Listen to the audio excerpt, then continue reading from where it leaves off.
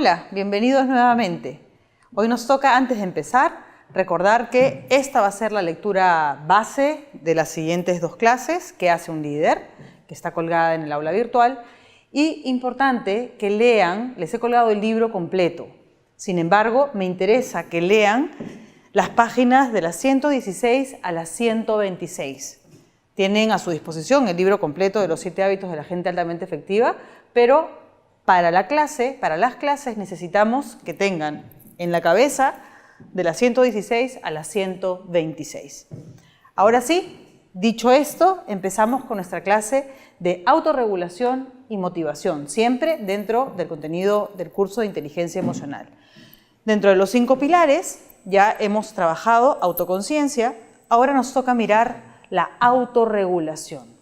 Ojo, estamos hablando de autorregulación, no de control. Vamos a hablar a profundidad de eso.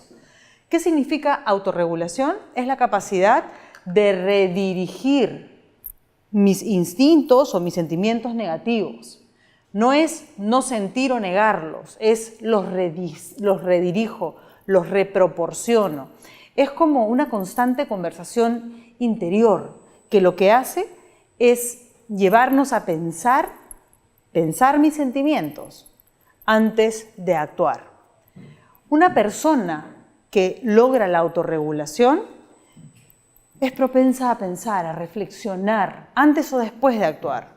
Es una persona que en términos de liderazgo es confiable y es íntegra.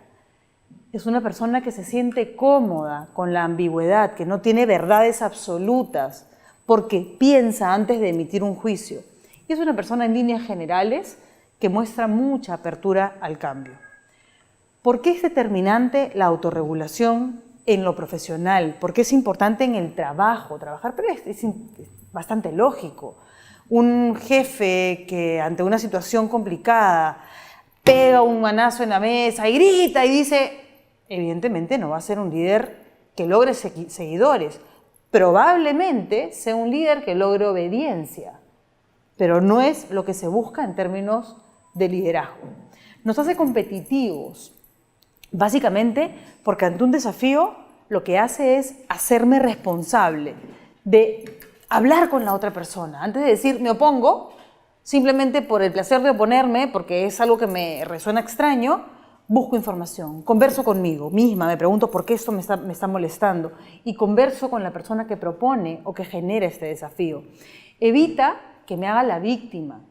Cuando logro autorregularme profesionalmente, salgo del papel de la víctima, de mi jefe me maltrata, mi jefe no me motiva, para empezar a entender que yo soy dueña de mis decisiones, que no es que mi jefe me maltrata, hay algo que está exigiendo, que está detrás de esa mala forma de pedir las cosas.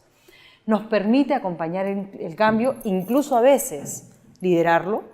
Y finalmente, lo que dijimos al principio, es esta capacidad la que nos hace ver, las que otros nos miren como íntegros y coherentes.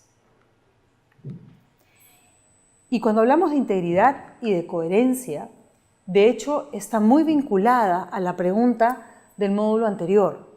¿Qué tipo de persona quiero ser? Si yo en general quisiera ser una persona, una líder consecuente, una líder que tenga seguidores, una persona respetuosa, cuando logro que mis impulsos vayan más allá de lo coherente, estoy siendo inconsecuente conmigo misma. No estoy siendo la persona que quiero ser. La autorregulación lo que tiene es esta capacidad de liberarnos de nuestros sentimientos, que no es lo mismo que soltarlos en contra de alguien. Es reconozco el sentimiento, le pongo un nombre y entonces lo libero. Lo que hemos aprendido en el tiempo es a controlar nuestras emociones, a controlar nuestros sentimientos. Y las personas que han guiado nuestra crianza lo han hecho y nos lo han enseñado así con mucho cariño. No te pongas así, contrólate pues, hijita, ¿no? Cuando en realidad lo que tenemos que empezar a hacer es a regular nuestras emociones. Saquen de su cabeza la posibilidad o el hecho de controlarte. Empecemos a pensar en regularnos. Cuando hablamos de regulación o de autorregulación emocional, primero, desde la autoconciencia, que es lo que vimos en el caso del módulo anterior, Yo autorregulo, es decir, me pregunto, ¿qué es aquello que me molesta tanto? Traigan a su cabeza una situación que en este momento les esté molestando, haciendo sentir incómodo o infeliz. Hay que ponerle nombre a esa emoción. ¿Cuál es la emoción que tú sientes? Vamos a poner, por ejemplo, rabia. Me causa rabia, me causa frustración. Entonces, lo que estamos acostumbrados a hacer es, esto me causa rabia, pero no digo nada porque me tengo que aguantar, porque fulanito es mi jefe, ¿no es cierto? Lo que tenemos que empezar a hacer es a preguntarme, ok, siento rabia. Vamos a imaginarnos que la rabia fuera como, tuviese la capacidad de ser medida. Del 0 al 100, ¿cuánta rabia me genera esta sensación, esta emoción o esta situación? Del 0 al 100 yo creo que me genera 80 de rabia. Ok, ya le puse nombre, ya le puse una dimensión, ahora la regulo. ¿Es sano que la exprese en 80? No, no es sano. ¿En cuánto la puedo expresar para que sea constructivo y sano? La puedo expresar en 40. Al momento de hacer este diálogo interno, al momento de ponerle nombre a la emoción y al momento de tomar la decisión de regularla, es que puedo manifestarla con coherencia. Esa es una de las técnicas más simples, pero a la vez complejas, porque lo que es simple para unos es difícil para el otro. Nuestro diálogo interno, que tiene que ver con la autorregulación, es lo que nos permite expresar la emoción de forma constructiva. Por eso, no se equivoquen cuando pensamos en liberar sentimientos como yo digo lo que me provoque sin importarme el impacto que tiene en el otro. Cuando hablamos entonces de regulación, tenemos que entender que hay señales externas que nos hacen sentir, uy, voy a explotar, uy, esto me está fastidiando, uy, esto me emociona. Son señales externas que las siento en mi cuerpo, porque recuerden que las emociones tienen una ubicación física. Es esa señal que tenemos que prestarle atención. Y lo que suele significar es que algo que valoro o que es importante para mí se está viendo cuestionado. ¿Cómo reaccionamos naturalmente ante esa sensación, ante la sensación de, oye, algo importante para mí está siendo invalidado o no está siendo valorado? Hay 3 formas, en Estados Unidos le dicen las 3 Fs por sus letras en inglés. La primera F de freeze, de parálisis, ¿no? Viene alguien y me dice, oye, tú, y después de 2 horas me digo, ¿por qué no le dije? ¿Por qué no le respondí? Esa es una forma instintiva y natural. Vamos a entender por qué existen esas formas. La segunda forma es la agresividad. En inglés, la F de fight, ¿no? Entonces viene alguien, me levanta la voz y yo le respondo al mismo nivel. Y entramos en esta pelea, sea física o sea verbal. Freeze es la primera forma de reacción, la segunda es fight, que es la pelea directa, y la tercera es fly, la huida. Viene alguien, me habla y salgo corriendo y ni siquiera respondo. Físicamente salgo.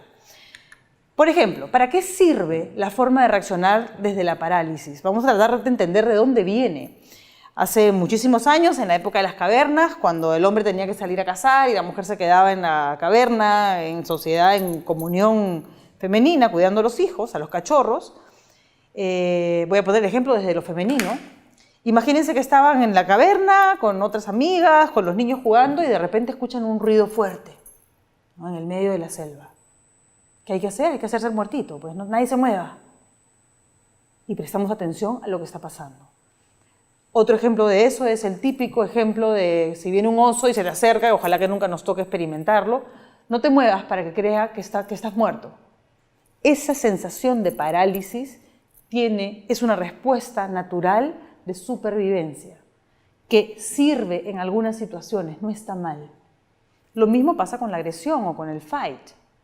Hay situaciones, no sé, imagínense que vamos caminando por la calle con nuestro hijo o con un sobrino, con un niño, y nos suelta de la mano y sale y un carro está por pasar.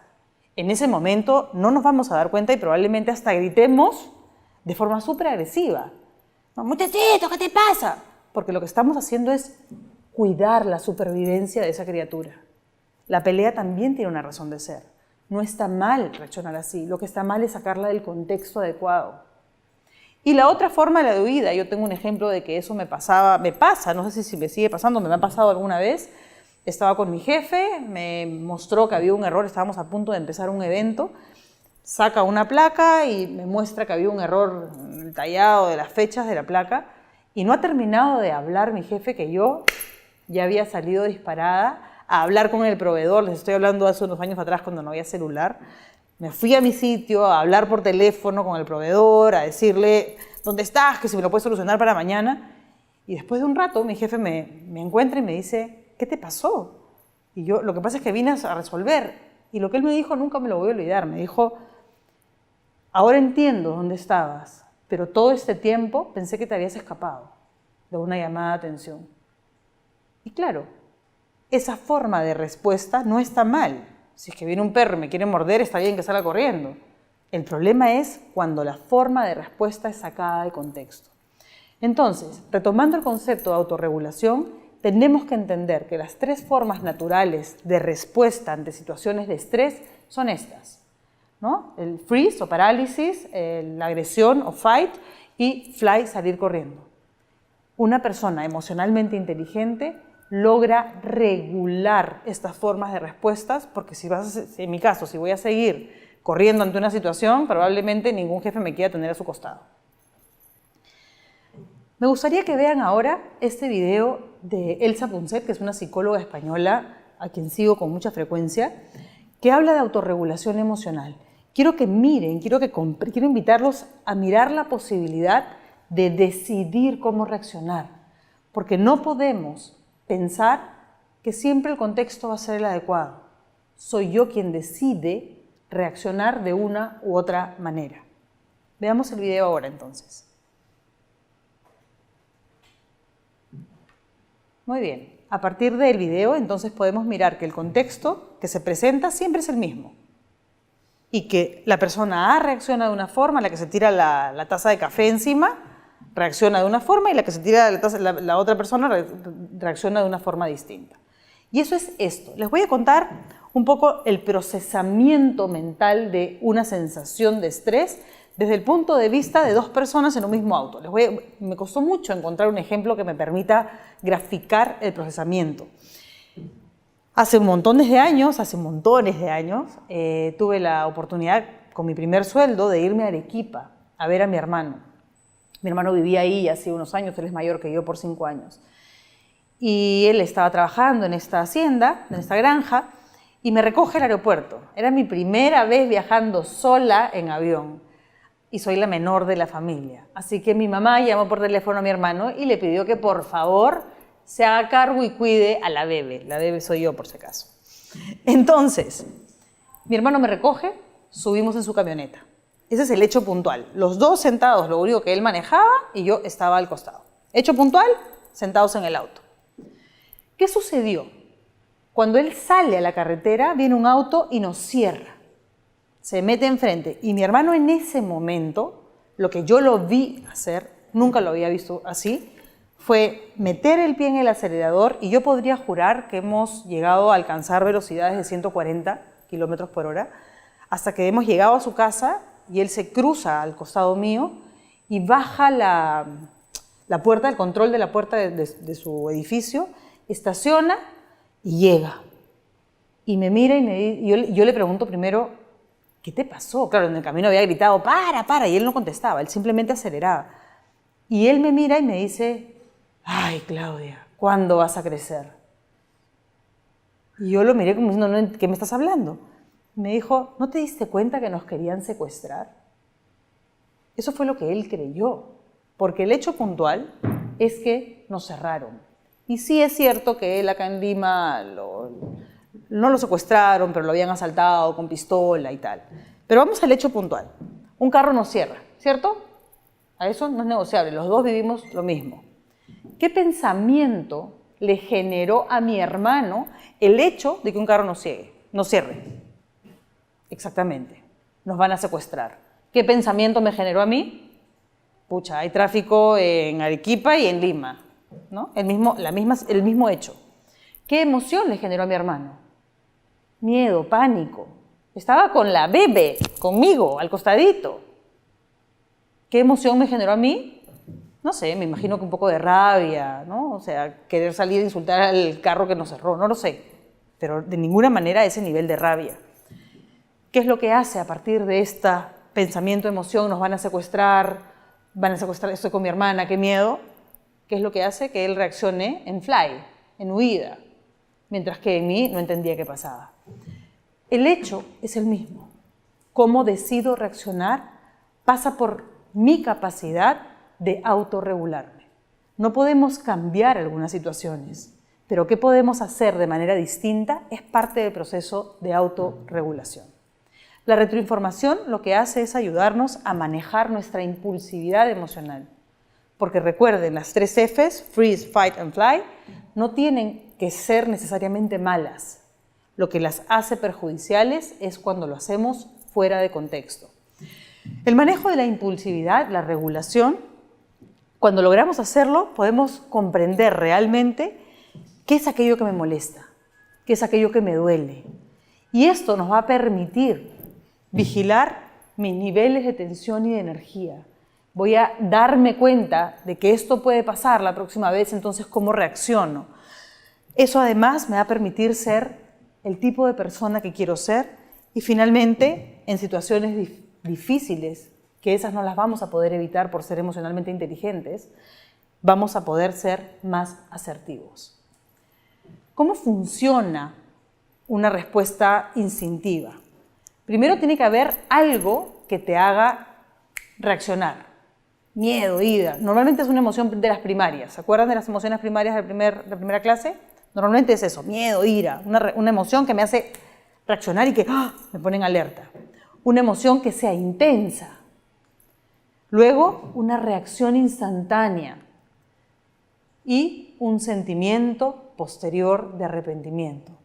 Si es que tienes en la cabeza alguna situación en la que no te hayas sentido arrepentido de lo que hiciste, entonces no es una respuesta instintiva.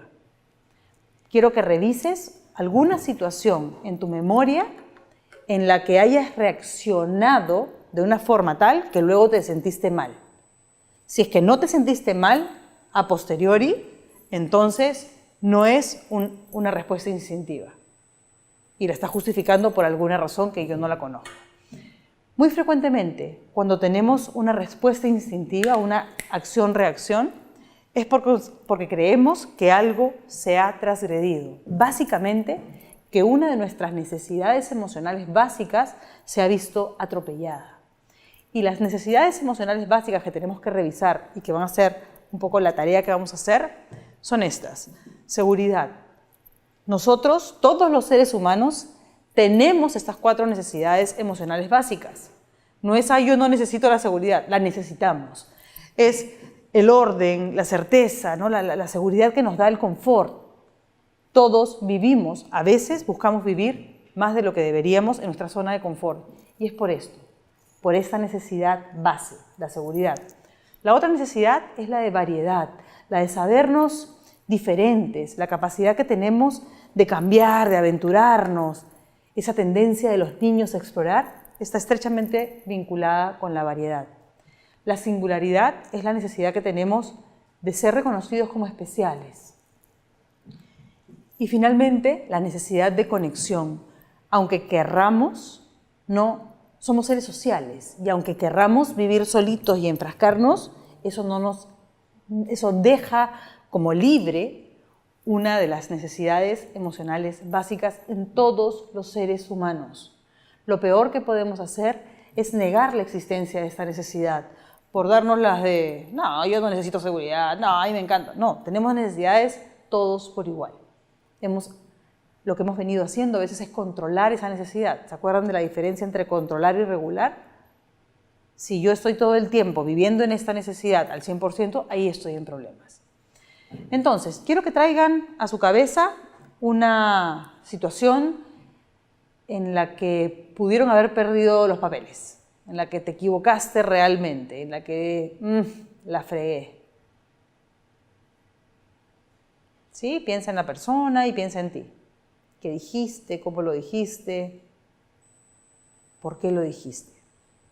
¿Sí? Entonces, Primero, quiero que mires a la otra persona y respondas las preguntas que te voy a proponer. ¿Qué busca lograr o solucionar la otra persona? ¿Qué estaba pidiendo sin decirlo? ¿Qué no dijo, pero que estaba ahí debajo? ¿Qué creo yo que me está pidiendo? ¿Qué quiere lograr y qué me busca pedir? ¿Qué es aquello que el otro valora que podría estar protegiendo? ¿Tal vez alguna de las necesidades básicas? Y ahora quiero que voltees el espejo y te mires. Y que respondas a estas preguntas. ¿Qué necesidades considero que se han transgredido aquí? ¿Cuál de las 4 necesidades básicas esta persona creo que no cubrió para que yo haya reaccionado así? ¿Qué valores míos creo que esa persona está violando o transgrediendo? ¿Qué creencias o supuestos me están haciendo reaccionar de esa forma? Es que él debería, es que ella debería. Y finalmente, ¿qué recuerdos o sentimientos se están activando? ¿En qué otro espacio de mi vida esta necesidad ha sido violada, ha sido transgredida? Cuando logramos entender las razones profundas de una discusión acalorada, solo entonces podemos autorregularla. Porque si seguimos creyendo que el otro está equivocado y que yo tengo razón, nos vamos a quedar en ese mundo y no en el mundo de la autorregulación, porque una situación así puede volver a pasar. Dicho esto, vamos a mirar un poco cómo estamos avanzando. Hemos mirado ya la autoconciencia, que es la capacidad que tenemos los seres humanos de tomar conciencia, de sentir nuestros sentimientos. La autorregulación, lo que acabamos de mirar, del 0 al 100, cuánto siento y cuánto es el monto, cuál es la cantidad correcta o adecuada para expresar en este momento. Y ahora vamos a mirar la motivación. Para esta parte de la clase es importantísimo que tengan en consideración la tarea que se ha dejado colgada. La tarea que se ha dejado colgada tiene que ver con autorregulación y conecta muy bien con motivación. Lo que se les pide en esta tarea es que identifiquen un momento de preocupación o de fastidio. Algo que puede ser pasado, en el mundo ideal es que sea algo presente. La tarea es personal, yo no la voy a compartir, no le voy a decir, mira lo que ha puesto fulanito. Prometo que lo que revise va a ser básicamente para comprender cuánto estamos evolucionando en el aprendizaje. Y acá tienen preguntas que les van a ayudar a resolver la tarea. El paso 2 es identificar las causas, es decir, qué quiero evitar, qué necesidades creo que se están transgrediendo. Preguntas que te van a ayudar a entender de dónde viene, por qué viene a ti esa forma de reaccionar, para luego trabajar en un posible antídoto que viene a ser la regulación, ¿no? ¿Qué puedo hacer para disminuir la preocupación a futuro? ¿Qué no he dicho todavía? ¿Qué podría decirlo en una forma más regulada? Con estas preguntas lo que quiero que trabajen es una situación real.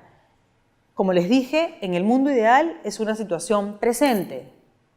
Si no tienen una situación presente porque todo va bien, traigan una situación pasada. Lo único que quiero es que sea una situación real. ¿Sí? Dicho esto, volvamos entonces al concepto de motivación. Tienen que estar motivados para hacer la tarea. Es el impulso que permite obtener los logros más allá de las expectativas. Y no son las expectativas del otro, necesariamente. Son tus propias expectativas. Empiezas, avanzas y de repente te das cuenta que llegaste a hacer cosas que ni tú mismo te imaginabas, producto de tu motivación. La motivación hay gente que la valora y la vive extrínsecamente, desde afuera, ¿no? La típica foto de la zanahoria, ¿no? Me voy por plata, me voy por... Y eso no es que esté mal, es simplemente que se acaba. Las personas con potencial para el liderazgo, lo que las motiva las motivaciones son intrínsecas, hacia adentro. Querer yo ser una mejor persona, querer yo evolucionar, querer yo crecer, es más mío. Uno de los efectos más maravillosos es esto. que cuando tú estás motivado, la gente lo sabe, la gente lo nota. La motivación por el trabajo se contagia, porque las emociones se contagian. La alta motivación lo que hace es promover el optimismo, incluso cuando las cosas no están yendo como quisiéramos. Hablando de motivación, David Fishman tiene este video que creo yo explica súper bien de qué se trata la motivación, la extrínseca y la intrínseca. Vean este video y continuamos con la clase.